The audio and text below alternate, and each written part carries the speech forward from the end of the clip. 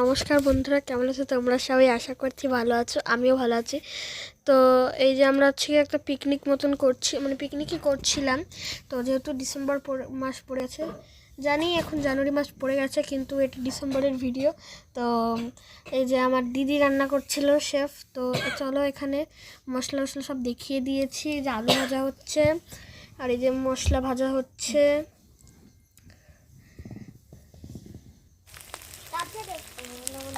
তারপরে এই যে মটরশুঁটি, কাঁচা লঙ্কা আর টমেটো দিয়ে দেওয়া হয়েছে। আর এই যে তারপরে আলু দিয়ে ভালো করে কষানো হয়েছে। তো তরকারি হয়ে গেছে। এই যে ভাত।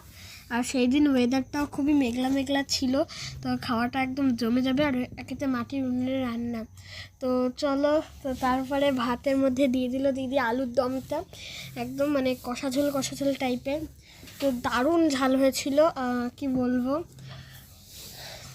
তো তারপরে আমার বড় দিদি সবাইকে পেঁয়াজ দিয়ে দিচ্ছিলো। যে আমার একটা বুনু, যে দিদি, এই যে আরেকটা দিদি। তো এই যে আমি, তোমরা খেতে থাকি। তো